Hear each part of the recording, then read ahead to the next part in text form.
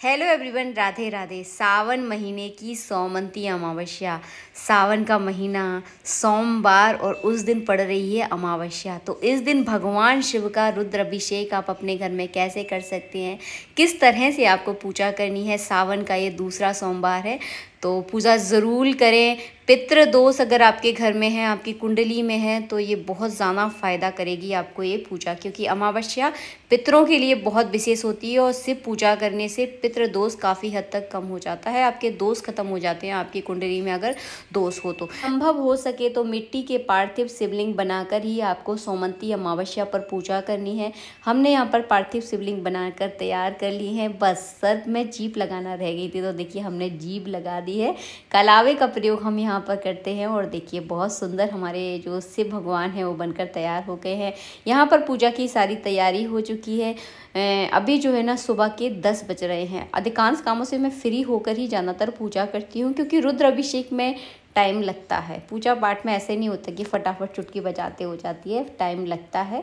तो 1 से सवा घंटे हमको लगने वाले हैं। तो बस यहाँ पर हमने आसन वगैरह बिछा लिए हैं, एक बड़ी परात ली है और आज जो है ना हमने भगवान शिव, पार्थिव शिव जो है ना उससे पर बनाए हैं, जिस पर मैं आपको अक्सर रोटियां बेलती हुई दिखाई देती होंगी। तो इस पर ही बनाए हैं, क्योंकि जब भी आप पार्थिव शिवलिंग बनाएं, उनकी पूजा करें, थोड़ी ऊंचाई पर उनको रखें, ताकि जब जल से ये कटोरा भर जाएगा तो पार्थिव शिवलिंग जो है ना खंडित ना हो, क्योंकि मिट्टी है देखिए गलेगी। तो आप थोड़ी ऊंचाई का प्रयोग उसमें ज़रूर करें। यहाँ पर सबसे पहले जो है ना हमने यहाँ पर जो आप सिपाड़ी देख रहे हैं चावलों के आसन के ऊपर, ये भगवान शिव का पूरा परिवार है। गणेश जी, पार्वती जी, कार्तिकेय जी और नंदी, तो सबको हमने यहाँ पर सिपाड़ी के रूप में विराजमान किया है। आप चाहें तो पार्थिव पूरा परिवार बना सकते हैं। हमने यहाँ पर बिल्कुल सरल तरीके से आप लोगों के लिए वीडियो बनाया है, ताकि आप भी इस सरल तरीके से पूजा ज़रूर करें। अनिवार्य है इस पूजा को करना, हर घर में इस तरह की पूजा होना चाहिए। लोगों को मैंने देखा है अपने जीवन में, पूरा जीवन उनका निकल जाता है घर में, कभी रुद्र अभिषेक अपने हाथों से वो नहीं कर पाते। तो पूजा पाठ करना भी सौभाग्य की बात होती है, ये भी आप अपने सौभाग्य से ही कर पाते हैं। तो छोटे बड़े शिवलिंग जैसे भी आप बना पाएँ ज़रूर बनाएं और इस तरह से उनका पूजन ज़रूर करें। सर्वप्रथम हमने अपने सीधे हाथ में एक सिपाड़ी ली थी, थोड़े से चावल लिए थे, फूल लिए थे और पूरे शिव परिवार का मन में ध्यान किया। उसके बाद हम गंगा जल से सभी पूरे परिवार को स्नान करा रहे हैं। शुरुआत आपको गणेश जी से करनी है, उसके बाद लास्ट में जो है ना भगवान शिव को आपको स्नान करवाना है। तो क्रम यही रहेगा। सबसे पहले गणेश जी पर कच्चा दूध चढ़ाया, उसके बाद पार्वती माता पर, उसके बाद नंदी जी पर, उसके बाद कार्तिकेय पर उसके बाद सर्प पर चढ़ाना है और उसके बाद आपको शिवलिंग पर चढ़ाना है। सावन के महीने में शिवलिंग पर अगर आपने गाय का कच्चा दूध चढ़ा दिया तो आपके जीवन में सुखों की कमी कभी नहीं होती है। तो ये छोटे छोटे उपाय कर लीजिए, मौका है, सावन का ये पावन महीना चल रहा है, तो इस तरह से उपाय ज़रूर करें। चढ़ाने के बाद हम फिर से जो है ना शुद्ध जल से स्नान करवाएंगे। इसके बाद पंचामृत से आपको स्नान करवाना है। पंचामृत में 5 चीज़ें मिलकर बनती हैं, तो 5 अलग अलग चीज़ों से भी आप स्नान करा सकते हैं। आप चाहें तो 5 चीज़ों को एक साथ मिलाकर पंचामृत बनाकर उससे भी जो है ना आप इस तरह से मेरी तरह स्नान करवा सकते हैं। बहुत कोशिश रहती है मेरी कि आप लोगों को बहुत छोटी सी छोटी विधि बताने की कोशिश करूं, लेकिन इससे छोटी और कोई विधि हो ही नहीं सकती। क्रम यही होता है पूजा का। सावन की सोमवती अमावस्या पर आपको इस तरह से पूजा ज़रूर करनी है। सब जितने भी व्यूअर्स मेरे देख रहे हैं सभी लोग मिट्टी की व्यवस्था करें और इस तरह से जो है ना आपको पूजन ज़रूर करना है। यकीन मानिए इस तरह से अगर आप पूजन करते हैं, हर अधिकांश घरों में आप देख लीजिए पितृदोष आपको अधिकांश घरों में मिल ही जाएगा। आपके घर में कलह होता है, लड़ाई झगड़े बहुत ज़्यादा होते हैं, बच्चे आपकी बात नहीं मानते हैं, बच्चे बहुत ज़्यादा जिद्दी हैं, पति बहुत ज़्यादा जिद्दी है, घर में पति पत्नी का झगड़ा बहुत ज़्यादा होता है, घर में संतान नहीं है, संतान है तो केवल बेटियां ही बेटियां हैं, पुत्र नहीं है। अगर कहीं किसी घर में आप देख लीजिए केवल पुत्र ही पुत्र आपको मिलेंगे, बेटियां मिलेंगी ही नहीं। तो ये सब जो दोष है ना, सारे के सारे दोष पितृदोष के कारण होते हैं। तो पितृदोष कभी ख़त्म नहीं होता, मैं ये नहीं कहूँगी कि ख़त्म हो जाता है, लेकिन शांति बहुत मिलती है अगर आप इस तरह से रुद्राभिषेक अपने घर पर भगवान शिव का करते हैं। बहुत सारे कारण होते हैं पितृदोष होने के, बहुत सारे लक्षण होते हैं। अगर मैं बताने बैठ जाऊँ तो पूरा 11 मिनट का वीडियो का पता ही नहीं चलेगा। तो इन छोटे छोटे समस्याओं को जो है ना आप समाधान कर सकते हैं इस तरह से रुद्राभिषेक करके।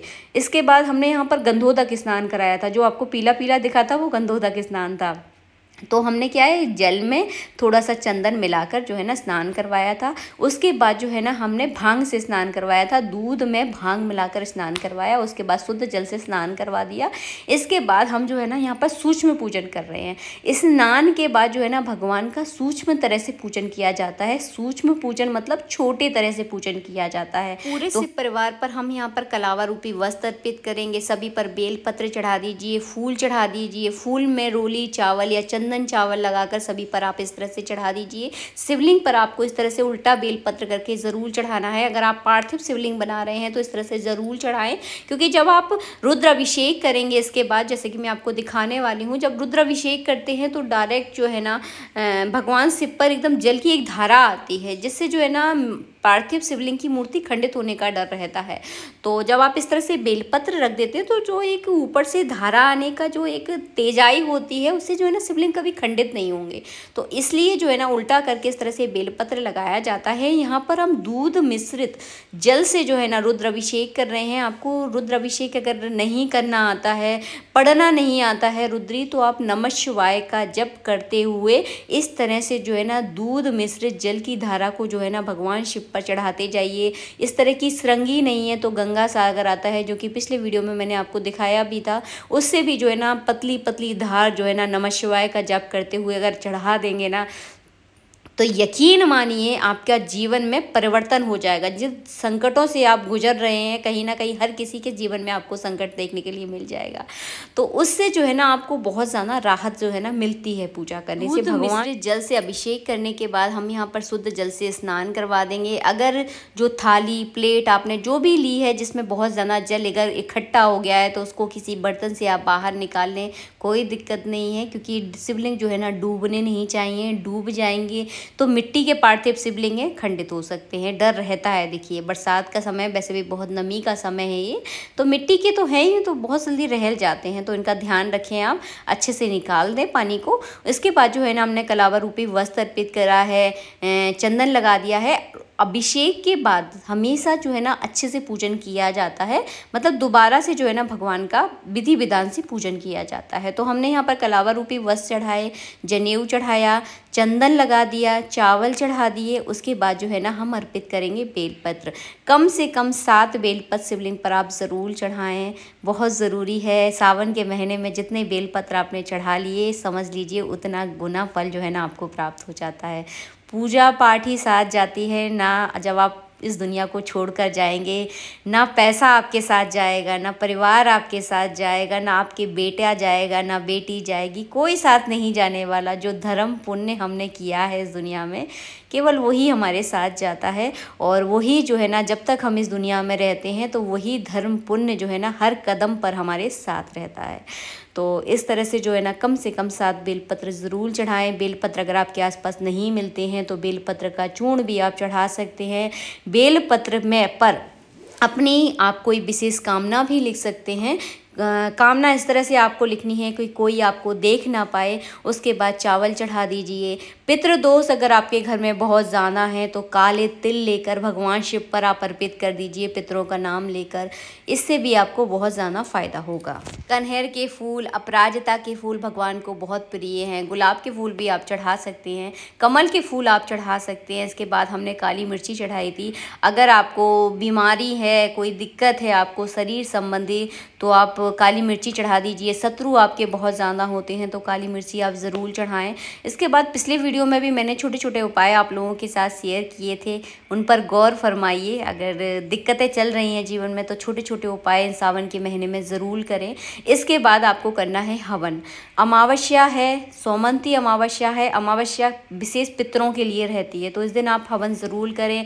अपने घर में चावल से बनी हुई खीर ज़रूर बनाएं। खीर नहीं बना पा रहे हैं तो सफ़ेद कलर की जो बर्फ़ी आती है बिना बर्क वाली, उस बर्फ़ी का जो है ना आपको भोग लगाना है।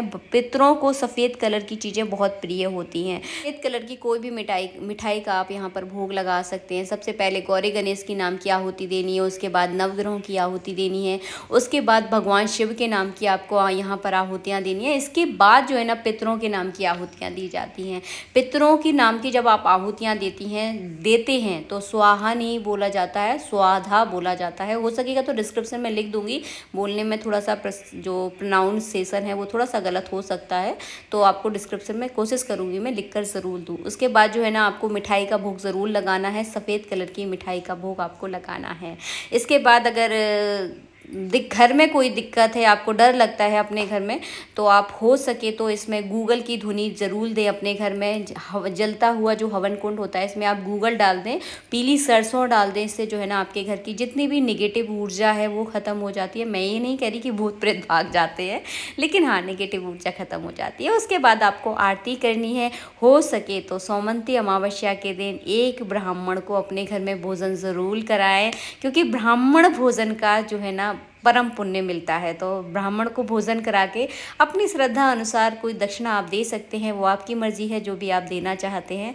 भी आशा करती हूँ वीडियो बहुत पसंद आया होगा। बहुत ही इन्फॉर्मेशन वाला वीडियो बनाया है मैंने आप लोगों के लिए। सिंपल सरल तरीके से आप अपने घर में पूजा कर सकते हैं। ब्राह्मण को भोजन कराइए, पितरों के लिए इस तरह से जो है ना आप हवन कीजिए। तिली ज़रूर चढ़ाइए, काले तिल का विशेष महत्व होता है। सोमवती अमावस्या पर अगर आप शिवलिंग पर अगर काले तिल चढ़ा देते हैं तो पितृदोष में उससे बहुत शांति मिलती है। राधे राधे, जय श्री राधे।